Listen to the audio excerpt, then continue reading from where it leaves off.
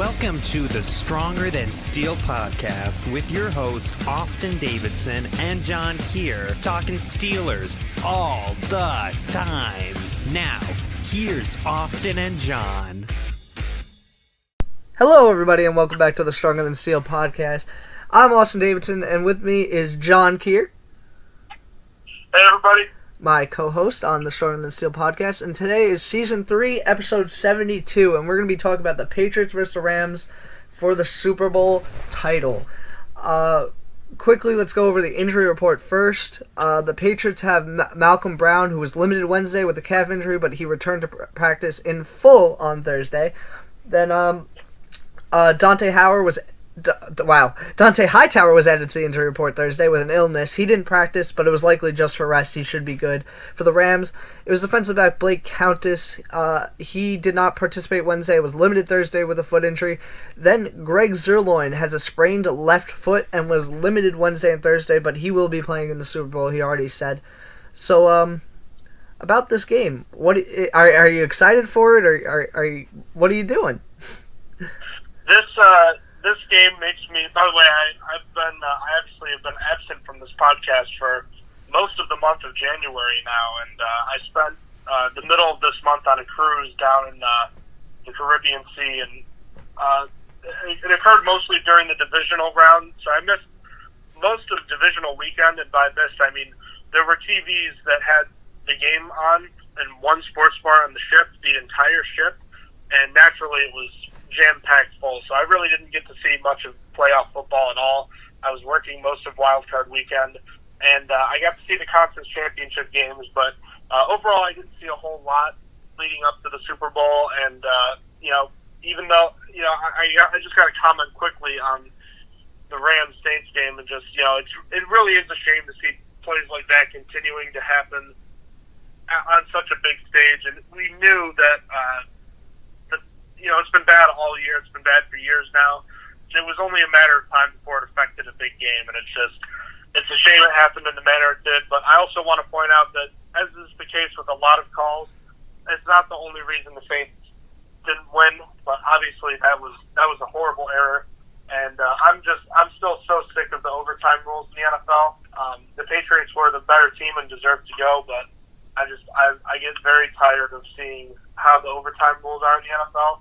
I hated them since the Tebow game back in 2011, but I mean, it's just we've been seeing it for years now. I want to see both teams have a chance to possess the ball. And then as far as the Super Bowl, I don't know. I have very little interest in this game from a fan's perspective. As far as the storylines go, this is for the Patriots. It's just continuing to add on to what is a great legacy. I don't know what more you can say about Tom Brady and Bill Belichick as far as what they've accomplished and what they can continue to accomplish with a win. And then as far as the Rams go, I don't know. The storylines just aren't that interesting to me, and I don't have as much.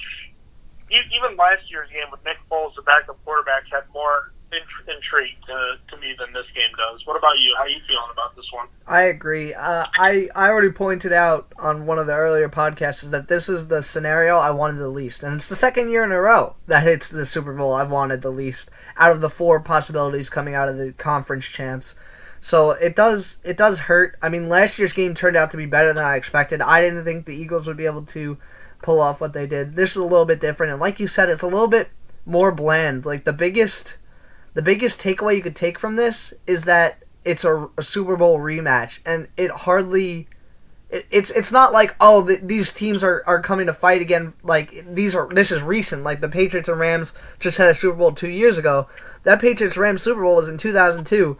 I'm fairly confident that there's no one on the roster besides Tom Brady that played in that game. I mean, I could be wrong. There could be like one guy I'm forgetting, but it's just kind of like something that happened in history. It's not like a rematch to me. I think that's like the biggest you could take away from it, because you're not adding to the Patriots like you're not adding to their. You are adding to their history. What is the word I'm trying to say? You're not adding to their legacy. They're already, this decade team anyway, they're already known as the winners. They're already known as the unstoppable Patriots. So winning again, I mean, I guess it gets them to six Super Bowl and then ties the Steelers so they have the most. But like, I don't know. This to me doesn't really add much to this team. And then for the Rams, like, I don't know. I can't even think of a storyline. Like, I really just like the Jared Goff has the potential to live up to his pick, that he was the number 1 overall pick, and show that he can be a Super Bowl winner. I don't know. I'm not very happy with this Super Bowl. I would have much rather preferred a Chiefs-Rams for that rematch, because I think that would have been really, really cool rematch. And then I would have preferred Chiefs-Saints so much better, because I just think that game would have been the best game we could have gotten. But yeah, that's really what I think about the Super Bowl. Do you have any other comments before we get into this game? Well, just, I mean, as far as the Patriots go, I don't really think you can have any argument. This was the case last year, but I mean, for anyone that still had a doubt, I don't see how there's any way you can say that Tom Brady and Bill Belichick are not top 10 at their respective positions of all time, and probably better than top 10 of all time. I think Brady is the most, I mean, you just look at everything he's accomplished. He's the most accomplished and successful quarterback of the modern era, and there's nothing else to dispute that anymore. As frustrating and as disappointing as that is to say, that's kind of the truth now. So, I mean, it's literally just adding to legacies at this point. Obviously, as the Steelers, you don't want the Patriots to win a 6th Super Bowl. So, I mean, there's that. But even at this point, it's just making the Super Bowl is bad enough at this point, because they've made it so many times now, you know? And then from the Rams standpoint, it's just, I mean, there's some intrigue here, but it feels like I feel like there is some talk about the Rams, but I also haven't been paying a ton of attention due to my circumstances of not having internet or, being on the cruise recently. I feel like there hasn't been as much talk about the Rams lately as there is. I feel like the stories have been dominated about the Patriots, right? Yeah, it's been mostly about the Patriots and how they've been they've been called weak and stuff. It's mostly been around that. I mean, I get that. I do get that, but I mean, perhaps for the Rams, the best storylines would have waited if they went. So maybe that's what it'll take. But, I mean, it's mostly about the Patriots right now, and it's up to the Rams to beat the established team to do so. So, I mean, we'll see. I'll be happy when the Super Bowl is over, and I hope that it's the last time we have to worry about the Patriots being in it for a long time, because they've certainly gotten quite a good amount of chances to be in the Super Bowl the past, 20 years, and it'd be nice to see someone else go from the AFC side, but obviously we thought they were done this year, and sure enough, they're right back in it. Yeah, every year it's what team can verse the Patriots in the AFC Championship game. That's always what it's been for like the past 10 years, with like a few blips in between. But really, I'm very excited for this to be over, because I've actually already been starting to look forward to looking at guys for the draft. But that's stuff for another Absolutely. day. Yeah, but I'm in agreement with you. And I mean, you think about it, the only quarterbacks that have consistently beaten Tom Brady either in the AFC playoffs or in a Super Bowl is a guys by the last name of Manning or Foles. That's really it. I mean, Roethlisberger hasn't beaten Brady in the playoffs. I mean, Phillip Rivers has never beaten Tom Brady, and obviously Patrick Mahomes just had his first chance in the playoffs, but no one else has done it besides the Manning brothers and Foles so far. Maybe Goff will, but we'll see. yeah, it's gonna be hard. Only I think the last time that they got eliminated before the AFC Championship, I think that was to the Ravens and Joe Flacco. I think that was literally the last time that they got knocked out before the AFC Championship game. Or no, I think that was the AFC Championship game. I don't even. You are right. That was the AFC Championship game in January of 2013. The last time you're thinking of is the 2011 playoffs, in which the Jets and Santonio Holmes and Mark Sanchez upset the Patriots in Foxborough, who then played the Steelers in Pittsburgh for the AFC Championship game next week. Oh yeah. Now I remember that. Okay, yeah. So there's not a lot of quarterbacks that have beaten Tom Brady in the playoffs. Let's just put it that way. And Mark Sanchez is one of them. Yeah, Mark Sanchez is one of them. How's that make? That doesn't make you feel good. Joe Flacco, Nick Foles, Mark Sanchez, Eli Manning. Oh, like Peyton Manning. well, Peyton Manning. It's like Peyton Manning. It's like the Manning brothers are it, basically. Yeah, and Peyton Manning at the time was a noodle arm too. That's what I referred to. At the very end, yeah, he had a couple playoff wins against him. He had in AFC Championship games. Manning was 3-2 against Brady. Okay, fair enough. Yeah. Anyhow, outside of him, yeah.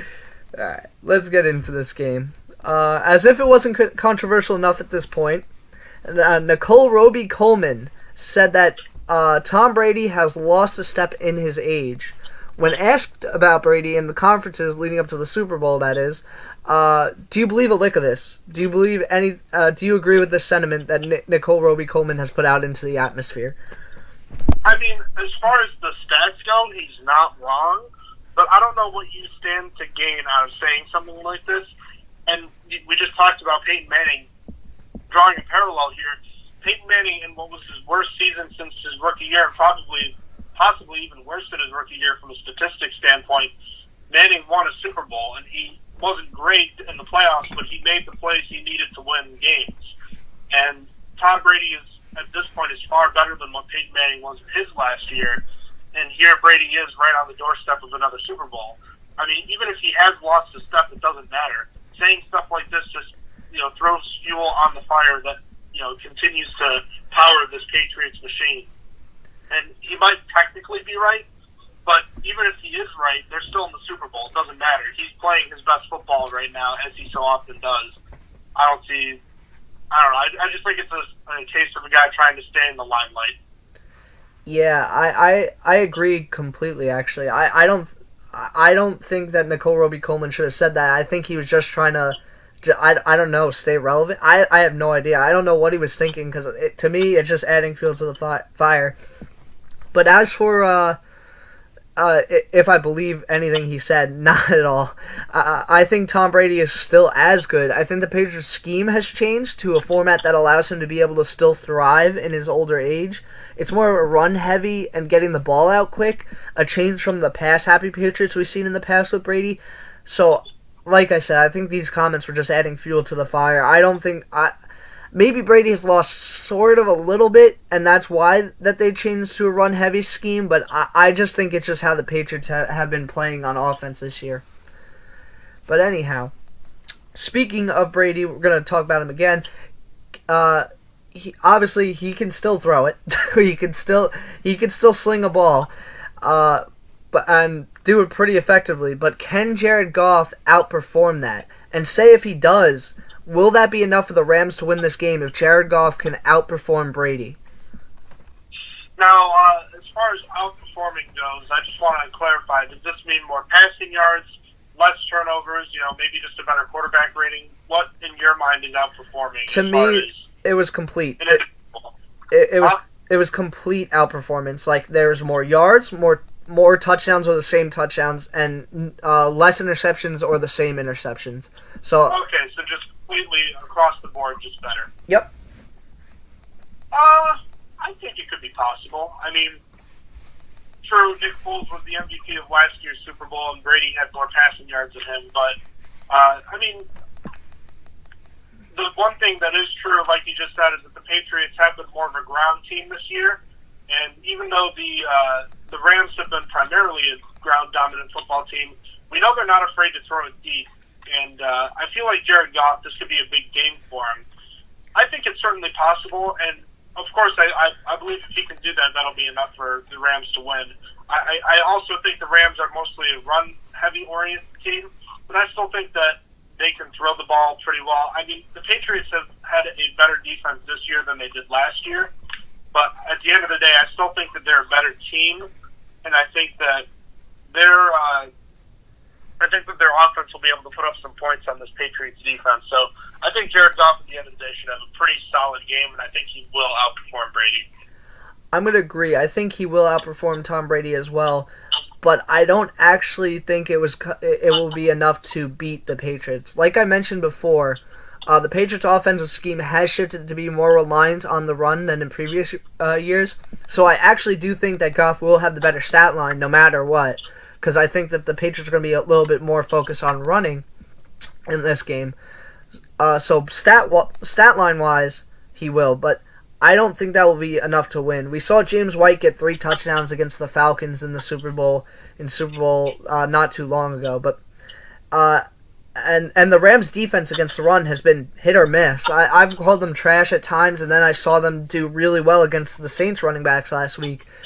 But so I don't really know what to make of them. So I'm just going to call them hit or miss. But we could easily see someone else carry the Patriots to victory other than Tom Brady. And even though Goff will have a better stat line, it might not be enough to beat these Patriots. So I don't think that if we see like a stat line with Goff having 300 yards, 3 touchdowns, no interceptions, and Brady having 250 yards, 2 touchdowns, and 1 interception, I don't think that means that the Rams just won. So I'm going with that. But both teams have a really good running back room. The Patriots have 3 very capable backs in James White, Sony Michel, and Rex Burkhead. While the Rams have one of the best running backs in the league in Todd Gurley, and a C.J. Anderson who's been playing pissed off ever since he got picked up by the Rams, who has the advantage here in the running back room? You know, on the surface, you'd probably say the Rams, just because they do have Todd Gurley, who was an MVP candidate for most of the season, and C.J. Anderson has been productive of late. But I'm actually going to go with the Patriots, and my reasoning for that is they're just rugged. They have the experience, minus Sony Michel, but Michel's been playing his best football of late. And I don't know. There's something about the Patriots running backs. Maybe it's just that I like the way their offensive line can block better. I think collectively they're going to be better in this game. Maybe it's just a gut feeling, but I just think it's a been there, done that before attitude. And then with Michel, I think he's been hungrier than Todd Gurley has been lately. So that's what I think it'll come down to. I prefer the Patriots too, especially in this one. I feel like they have a back for every and any situation. I think that overall that makes them more dangerous. James White can run and catch. Burkhead can be a goal line back and also catch. And then Sony Michel is a pure runner. And right now, I'm not very high on Todd Gurley. He didn't get many touches in the Saints game, and I watched him drop a lot of balls in the past few weeks, which makes me not trust him as a pass catcher either. It's just been weird. It's just, especially when he got, 5 total touches last week when you include his catch that he had. I don't know. C.J. Anderson has been pretty dope, but I don't think these two overpower the Patriots 3. I think that they're too powerful. But now let's switch over to talk about the team's defenses. Problem all year for the Patriots is their lack of pass rush, more so the lack of production when it comes to sacks. Do you think that they can get it going here against the Rams' prolific offensive line? I think they can. You know what's kind of interesting is that the Patriots actually generated quite a good pass rush against the Kansas City Chiefs offensive line. And I know that unit's probably not as good as the Los Angeles Rams offensive line, but I still think that this 2 weeks between the championship games and the Super Bowl does the Patriots a lot of good. The more time you give Bill Belichick to create a scheme on offense or defense, he's going to use every day that he has to his advantage. And I think we've seen that time and time again. The more time you give these guys, the better they come prepared, and I think that we'll see that again early on in this game. They'll create pressure early on with schemes that the Rams haven't seen yet, and they'll be able to get some pressure, maybe a sack or two on Jared Goff in the first half. And then as time goes on, I think the Rams will adjust, and they'll eventually be able to sort of cancel out, and the Patriots won't be able to touch Goff as often. But that's kind of how I think this game will go. I think the Patriots will kind of jump out early, and then they'll kind of come back in this game.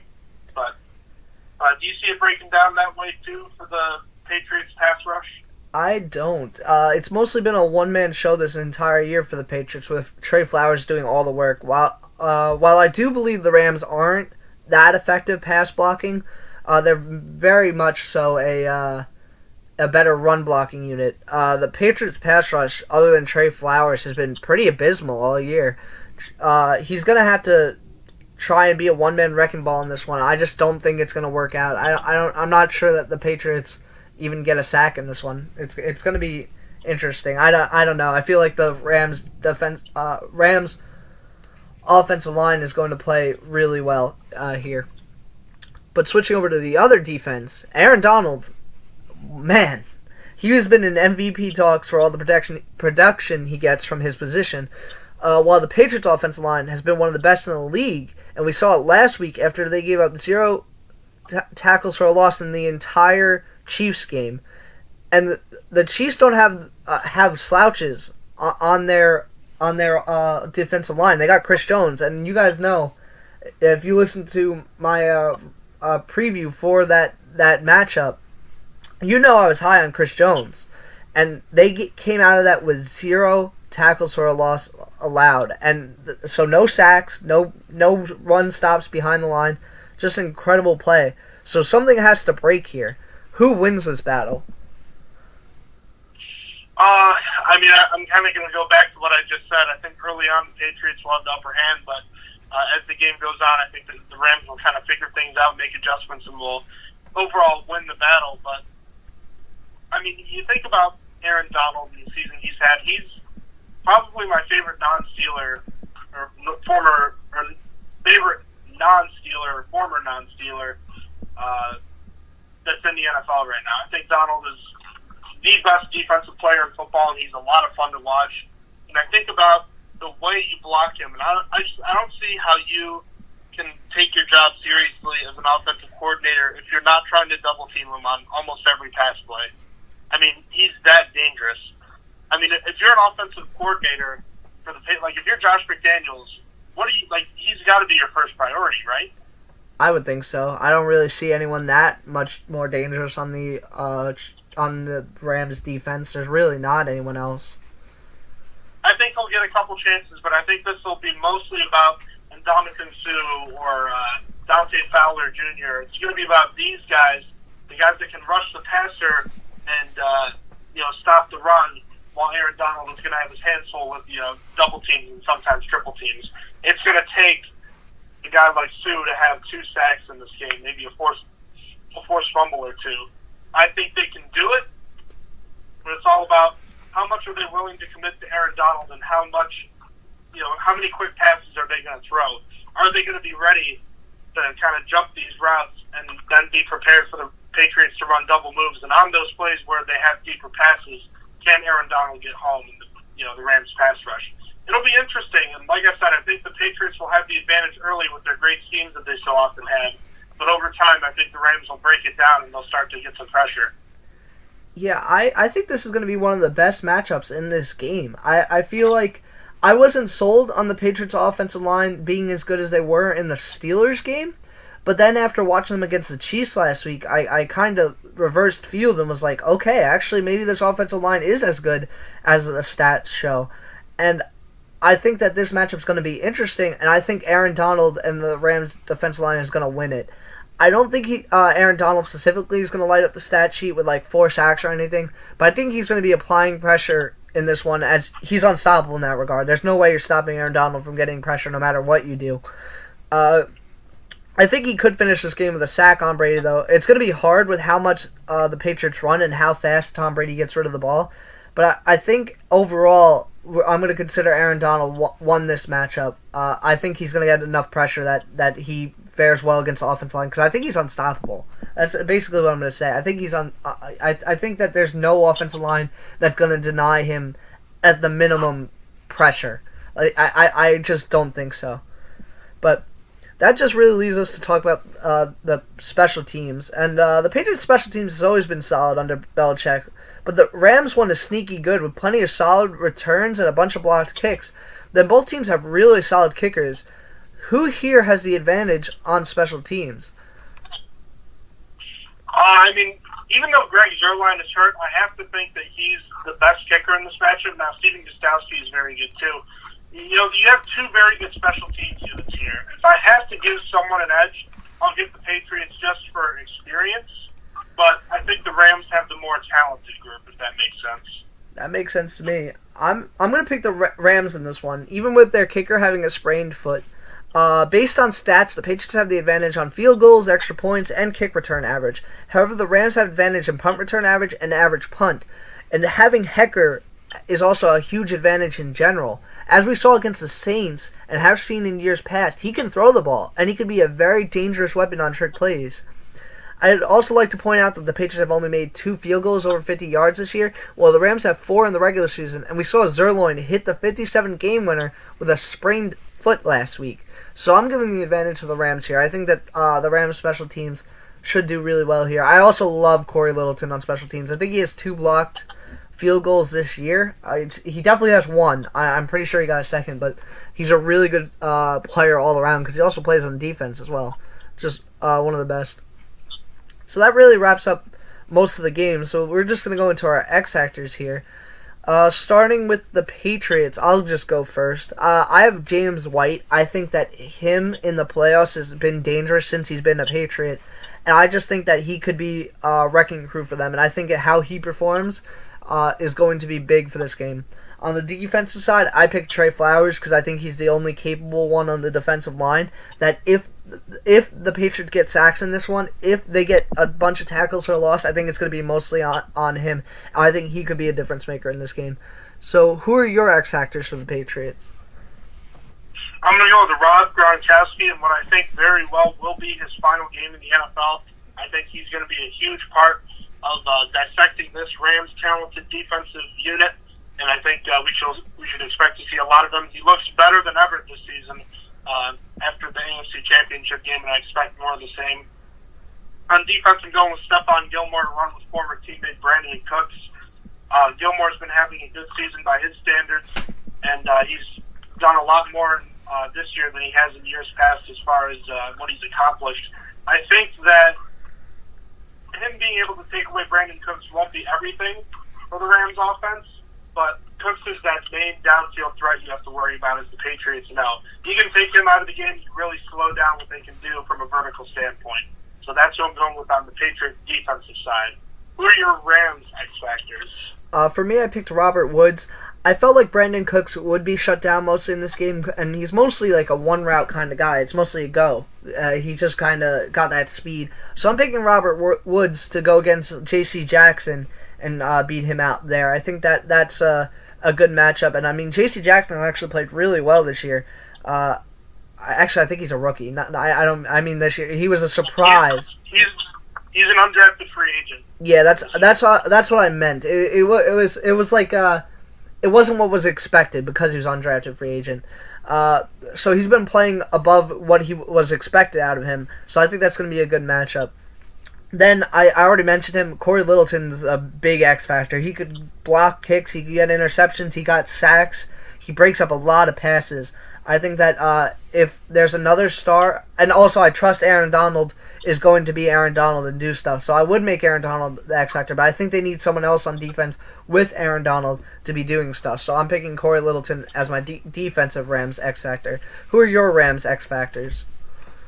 I'll start with defense because you mentioned Corey Littleton. I'm going to go with Ndamukong Suh.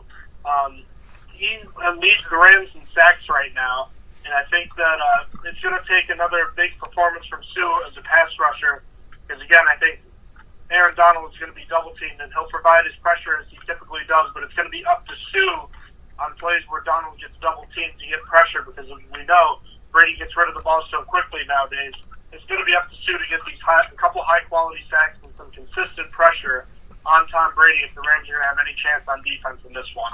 On offense, I'm going to go with Brandon Cooks, and I already mentioned him before. I think he's a huge part of the Rams offense. They're a vertical threat. He can really be the difference for the Rams between scoring 20 points and 30 points in this game.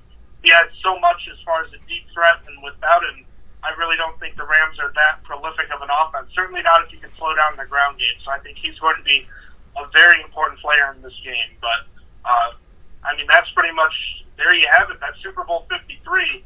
Rams, Patriots. At the end of the day, Austin, you just went over the X factors. How do you see this one breaking out? Well, the Patriots are 2.5-point favorites, and I'm going to pick them. I have the Patriots winning 31-21, and I'm going to be honest, I'm biased on my final score prediction. I have one Super Bowl box, and it is 1-1. So I am hoping for this game to end 31-21. Because I thought the Patriots are going to win regardless, but now I win $400 if that happens. So I'm hoping for that. As for my bold predictions, I think a defensive player wins Super Bowl MVP. Then I think there's only one sack in this entire game because both offensive lines are really good, and it comes from Aaron Donald. And then my third, excuse me, is that Rex Burkhead gets 2 touchdowns and less than 5 carries. What is your final score, and what are your bold predictions? I think an offensive lineman is going to score a touchdown in this game. That's a bold prediction. My other one is that there are over 1,000 combined passing yards in this game for the second straight year. And then just overall from top to bottom looking at this game, yes, I know the Patriots have the experience. They've been there, done that. They're playing their best football of the season. I still think the Rams are a better football team. I still think the 2 best teams in the NFL played a couple Sundays ago in New Orleans. They just beat the best. I know it was a tainted victory, if you will, but they just beat the best team in the league in the Superdome. I think that they're the better team, and even though the Patriots will have some time to prepare, like I said, I think over time the Rams' talent will win out, and I think Jared Goff is going to walk away a Super Bowl champion. I'm still not that sold that even though the Patriots are the Patriots, that this isn't the worst version of the team that's made the Super Bowl the last few years. I think the Rams walk away with a 38-27 victory in which the Patriots get up, 17-3 or 20-7 early, but the Rams bounce back in the second half and they have a huge offensive explosion that leads them to victory. And I think that, as has so often been the case in recent years, I think the quarterback will win the Super Bowl MVP, and I think it'll be 24-year-old quarterback Jared Goff, the former number 1 overall pick, walking away with the trip to Disney World at the end of the season. So give me the Rams to win Super Bowl 53. All right. So that really wraps up this edition of the Stronger Than Steel podcast. I mean, looking forward, we got one more episode of Season 3, and then we start Season 4, and it's going to be an all-season outlook episode, so be on the lookout for that. And then we start doing our draft analysis, and that's something exciting to look forward to. But do you have any other comments on the Super Bowl going in? Just be safe if you're going anywhere. Have a great time, and even if you're not happy about the Patriots being in it, or you're from St. Louis and you don't like you're rooting for the Patriots because you're mad the Rams are taken from you, just enjoy the game, and just as always remember it's the last football game that we have until the Hall of Fame game out in August, which it'll be here before you know it, yes, but it's quite a long time, so savor it. And I originally said I wasn't sure if I was going to watch the game. I'm probably not going to pay a ton of attention to it. I'll probably have it on in the background. We'll see. I don't know. I can't get up as much for this game as I have been able to in the years past. But again, be safe and have fun. I agree with that sentiment. But that wraps up the Stronger Than Steel podcast. Everybody, check out our social media links in the description below. And everybody, have a good night. Good night. You have been listening to Stronger Than Steel podcast. Thank you for joining us today, and don't forget to check out our website listed in the description below.